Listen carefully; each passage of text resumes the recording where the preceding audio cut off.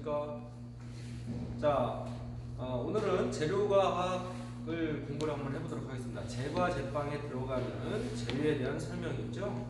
첫 번째 탄수화물, 단백질, 지방, 효소에 대해서 나오는데요. 이 부분은 영양학과도 겹치는 부분이기 때문에 영양학에서 자세하게 설명을 하도록 하겠습니다. 자, 그래서 순수 정말 우리가 재료라고 하는 부분들에 대해서 지금부터 한번 알아보도록 하겠습니다. 자, 첫 번째 이제 밀가루죠. 밀가루. 자, 밀가루.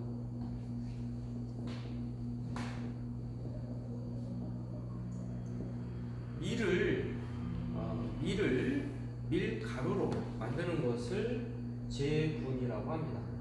분말로 만든다고 해서 제분이라고 하는 거죠. 자, 지구상에 있는 모든 곡류 중에서 제일 많이 생산되고 있는 게 밀입니다. 자, 그리고 아시아권에서 이제 우리가 우리는 한국 사람이기 때문에 쌀을 이용을 해서 보통 밥을 먹죠. 네, 그런데 서양 사람들은 보통 이제 이 밀가루를 이용해서 오래전부터 빵을 만들어 왔단 말이죠.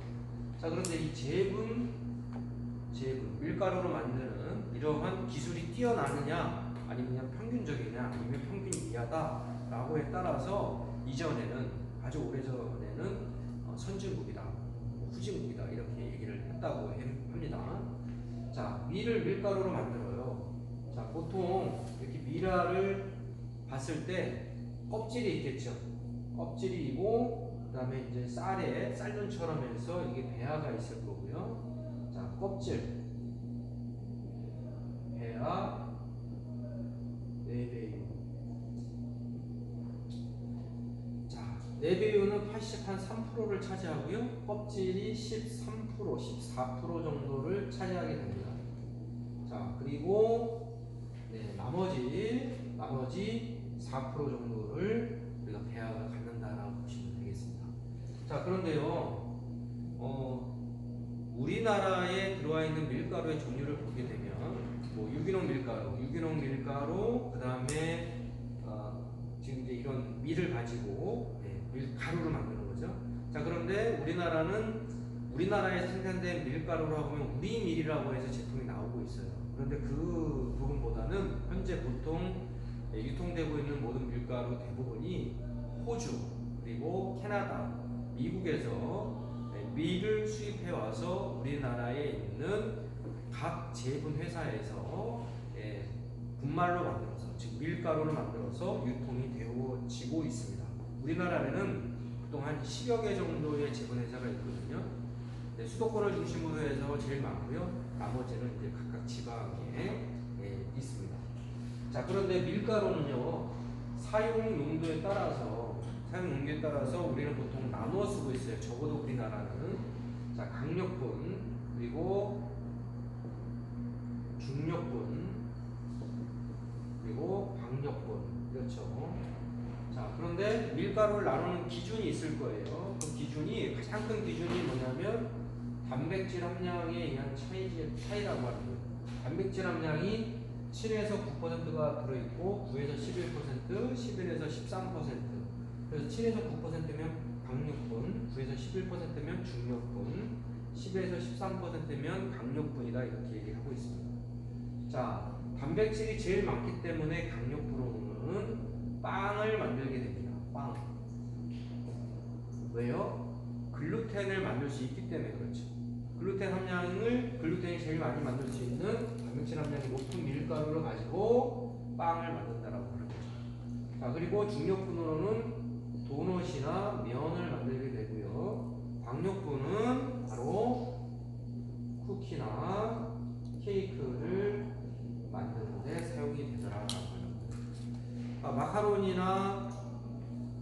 마카로니, 그 다음에 이제 파스타 같은 면을 만드는 거를 불연분이라고 해서 이런 밀가루가 강력분에 속하는 다른 밀가루가 있어요.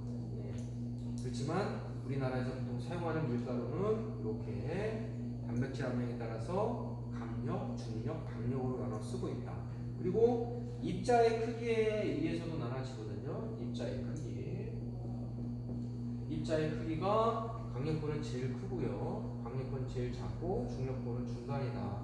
그래서 기름을 많이도 적게도 흡수하지 않고 적절하게 튀겨낼 수 있는 중력분으로 도넛을 만드는 이유도 바로 거기 있다라고 보시면 되겠습니다.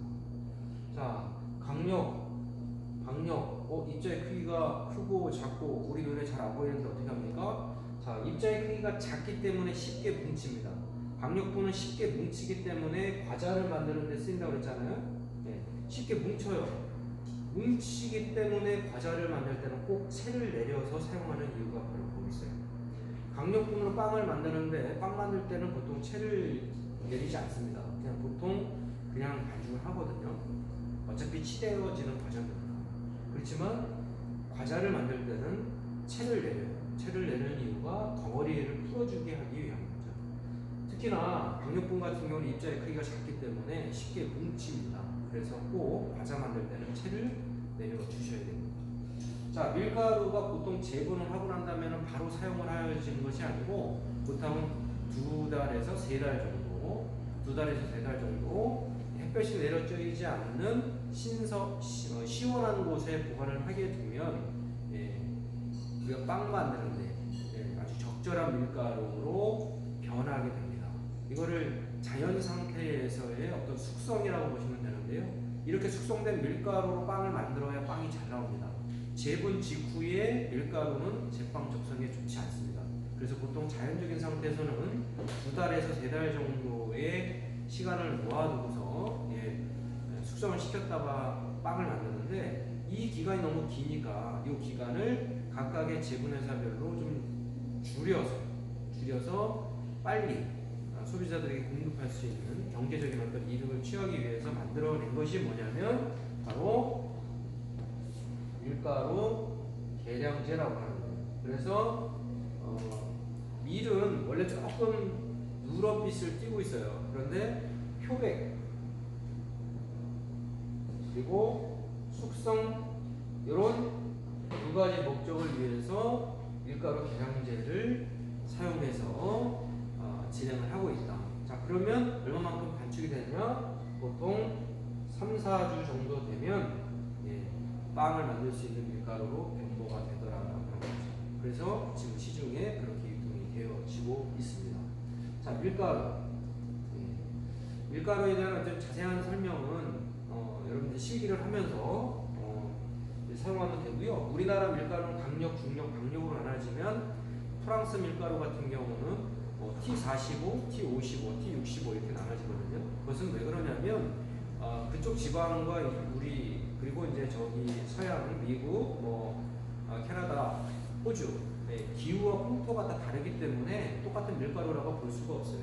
그 지역에서 생산된 밀가루는 그 지역의 기후, 풍토, 토양의 어떤 영양 성분을 다 담고 있다라고 보시면 되겠습니다.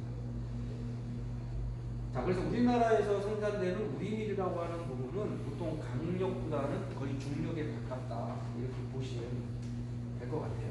자, 밀가루에 대해서 설명을 드렸습니다. 밀가루. 자, 이제 밀가루 설명드렸고요. 그 다음에 이제 뭘 살펴보냐면 설탕에 대해서 살펴보도록 하겠습니다. 설탕은 보통 사탕수수나 사탕물에서 당미를 제거하고 당미를 제거하고 남은 거.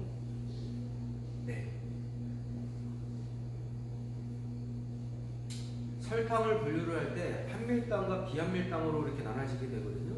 설탕은 사탕수수에서 보통 추출을 하게 되는데 이 사탕수수에 추출된 설탕을 정제를 해서 설탕을 만든단 말이에요. 그런데 이 설탕을 이전에는 먹을 수가 없었어요. 사탕수수에서 단맛이 나는 거를 설탕으로 만들어서 인류가 먹기 시작한 거는 그렇게 오랜 역사를 가지고 있지 않습니다. 그 전에는 보통 꿀을 이용을 해서 설탕의 역할을 대신했었죠. 그래서 마카롱도 여러분 좋아하시는 제과 디저트 종류인 마카롱도 이전에는 설탕으로 반죽을 한 것이 아니고 흰자에다가 꿀을 집어넣고 반죽을 많이 했다라는 그런 오래된 고전적인 서적에서 우리 살펴볼 수 있는 이유는 바로 이전에는 설탕이 없었기 때문에 그래서 설탕이 처음 나왔을 때는 식품의 용도보다는, 물론 식품의 용도도 있죠. 먹을 수 있는 거니까. 하지만 설탕이 처음 나왔을 때는 어떤 의료용으로, 순간적으로 어떤 당분, 포도당, 이런 과당, 이런 당분을, 에너지를 제공해 줄 수 있는 그런 의료용으로도 설탕이 처음에 사용됐다라는 것도 좀 알고 계시면, 상식적으로 알고 계시면 좋을 것 같습니다. 설탕은요, 빵과 과자에서 가장 중요한 역할을, 어떤 역할을 해주냐면, 첫 번째, 껍질색을 내요. 왜요? 설탕이 열을 가하게 되면, 색깔이 갈색으로 변해요. 그래서 그거를 뭐라고 하냐면 갈변 반응이라고 하죠. 외래어로는 캐러멜이라고 해요. 캐러멜. 설탕 태운 것을 캐러멜 그래요. 그래서 캐러멜화하는 것을 갈변 반응이라고 하죠. 자, 그럼 설탕은 몇 도에 타기 시작할까요? 설탕은 캐러멜화가 일어나는 온도는 바로 160도입니다. 그래서 160도가 되기 전까지는 설탕이 갈변 반응에 의해서 갈색 반응을 보이지 않습니다. 160도가 넘어가야 갈색으로 변하는 갈변 반응이 일어난다.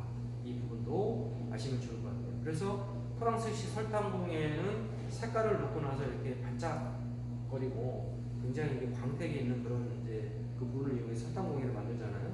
근데 160도 이전에서 멈추는 이유가 바로 거기 있는 거예요.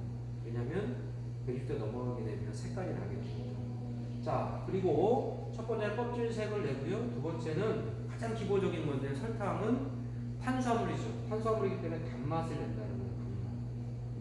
탄수화물이기 때문에 단맛을 냅니다. 설탕은 이당류예요. 이당류인데 설탕을 다른 말로 서당이라고도 얘기하고요. 자, 그리고 설탕, 그리고 자당이라고도 얘기해요. 설탕, 자당, 서당. 다 똑같은 말이에요. 단맛을 주죠. 자, 그리고 설탕은요, 저장성을 높여주는 효과를 갖고 있습니다. 저장성 증가. 저장성이라고 하는 건 뭐냐면, 식품에 이런 설탕을 집어넣게 되면 오랫동안 유지가 될 수 있다라고 하는 거죠. 식품을 오랫동안 보존하고 유지할 수 있는 그런 부분들은 위생학에서 살펴볼 텐데요. 인류가 갖고 있는 식품이 변질되지 않게 하기 위해서 여러 가지 방법을 합니다. 뭐 소금을 뿌려서 변질을 막는다. 염장이라고 그러죠. 그리고 설탕을 뿌린다. 담장이라고 그래요. 그리고 연기에 그슬려서 얘를 오랫동안 한다. 후면이라고 그러죠. 그리고 냉동 이런 것도 식품의 보존의 한 형태라고 보시면 되겠습니다. 자, 저장성을 증가시켜주는 역할을 해주고요. 또 네 번째는요, 어떤 또 기대 효과를 얻을 수 있냐면, 특히 빵에서예요. 빵에서는 이스트의 먹이 역할을 해줍니다. 이스트의 먹이. 자, 이스트가 필요로 하는 것은 포도당과 과당입니다. 그런데 이당류라고 그랬죠, 아까. 근데 서당이라고 하는, 또 자당이라고 하는 설탕은 포도당과 과당이 합쳐진 이당류입니다. 그래서 포도당과 과당이 합쳐졌기 때문에 이거를 먹이로 하는 게 바로 이스트거든요. 그래서 설탕을 넣어준다라고 하는 건 이스트가 먹이를 밀가루 속에 있는 포도당을 분해하기 전에 설탕으로부터 빨리 먹을 수가 있는 거죠. 왜냐하면 밀가루라고 하는 것은 전분, 다당류란 말이에요. 다당류 형태에서 이당류에서 단당류 넘어가게 되면 시간이 걸리겠지만, 이당류에서 단당류로 가는 건 하나의 단계를 뛰어넘기 때문에 시간을 저축할 수가 있는 거죠. 절약할 수 있는 거예요. 자, 그래서 이런 효과를 설탕이 내고 있다라고 하는 거예요. 요즘에는 설탕 대신에 단맛을 내는 재료들 중에서도 너무 우리 몸에 단 이 설탕이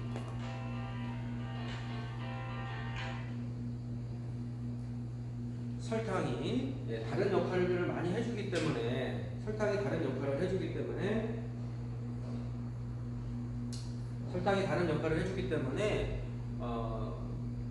건강을 위협하는 어떤 결정적인 요소로 많이 지금 대두되고 있어요. 사회적인 문제로. 설탕을 덜 먹을 수 있는 방법, 그리고 설탕하고 동일한 양을 넣지만 설탕보다 덜 단 그런 당류들이 많이 나오게 되죠. 시중에 여러분이 대형 마트에 가시더라도 설탕보다는 덜 단 그러한 당류 종류들을 여러분이 확인할 수 있는 이유도 바로 거기에 있습니다.